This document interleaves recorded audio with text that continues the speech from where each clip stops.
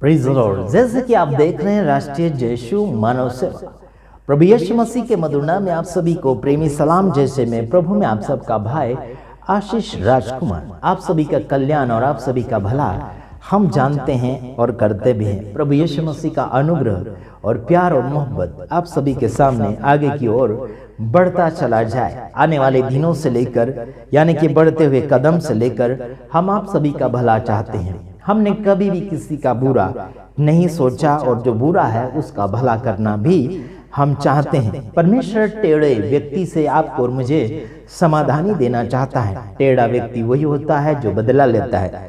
टेढ़ा व्यक्ति वही होता है जो भाई भलाई नहीं करता। टेढ़ा व्यक्ति वही होता है सच्चे मार्ग के ऊपर नहीं चलता। लेकिन सही मार्ग के ऊपर आप चलते चले जाएंगे तो प्रभु यीशु मसीह आपकी जिंदगी को बदल कर रख देगा। आइए हम कुछ वचन के साथ आगे की ओर बढ़ते चले जाएंगे। भजन संहिता उसका 100 अध्याय यानी कि 101 अध्याय उसका 4 और 5 वचन हम देखेंगे। आगे भी कुछ वचन के द्वारा हम आपसे बातचीत करना चाहेंगे।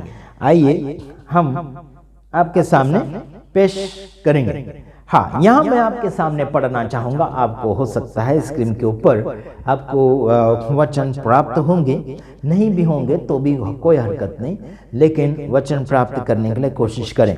टेढ़ा स्वभाव मुझसे दूर रहेगा, मैं बुराई को जानूंगा भी नहीं।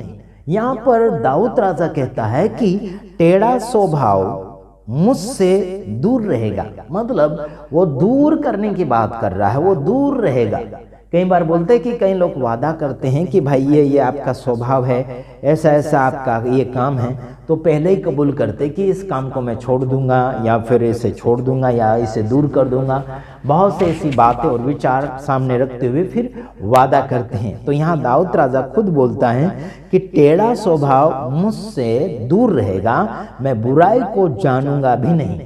सीधा ये बोलता है कि मैं बुराई को जानूंगा भी नहीं। कई लोग बोलते नहीं ये बुराई वो बुराई फलाना ढेकना, लेकिन आजकल लोग बुराई का प्रचार कर रहे हैं, है ना, बुराई को फैलाने के लिए कोशिश कर रहे हैं। तो बुरे लोगों को हम सही मार्गदर्शन में लाने के लिए बात करते हैं। यहाँ लिखा कि टेढ़ा स्वभाव मुझसे क्या करें, दूर रहेगा। फिर यहाँ बोलता है कि बुराई को जानूंगा भी नहीं।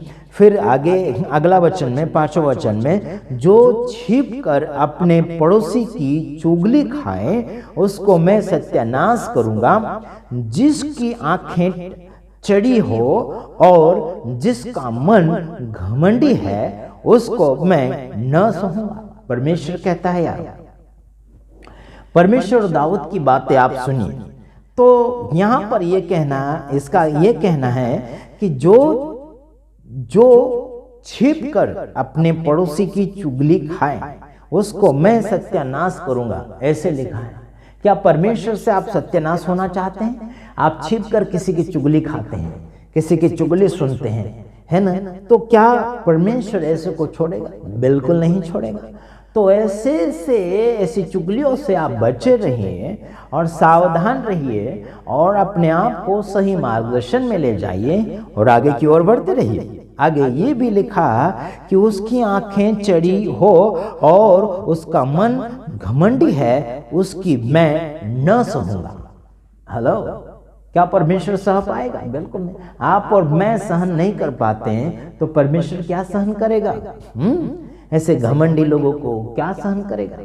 मेरे यारों और भाइयों बहनों, दाऊद राजा भी ये कहता है कि ऐसों को हम नहीं सहेंगे, हटा देंगे, दूर कर देंगे। आगे लिखा प्रेरितों के काम उसका 8 का 22 वचन में ये लिखा है कि इसलिए अपनी इस बुराई से मन फिराकर प्रभु से प्रार्थना कर, स्वभाव यानी कि प्रार्थना कर, संभव है तेरे मन का विचार क्षमा किए जाए। आपको और मुझे क्या करना चाहिए? प्रार्थना करना चाहिए। संभव यानी कि हो सकता है कि आपके विचार क्षमा किए जाए। जो बुराई करने के विचार, बुरा किया आपने, पाप किया आपने मन के अंदर, उस विचार को भी क्षमा किया जाए। वैसे आप प्रार्थना कीजिए प्रभु से कि आपके विचारों को वो क्षमा कर दें।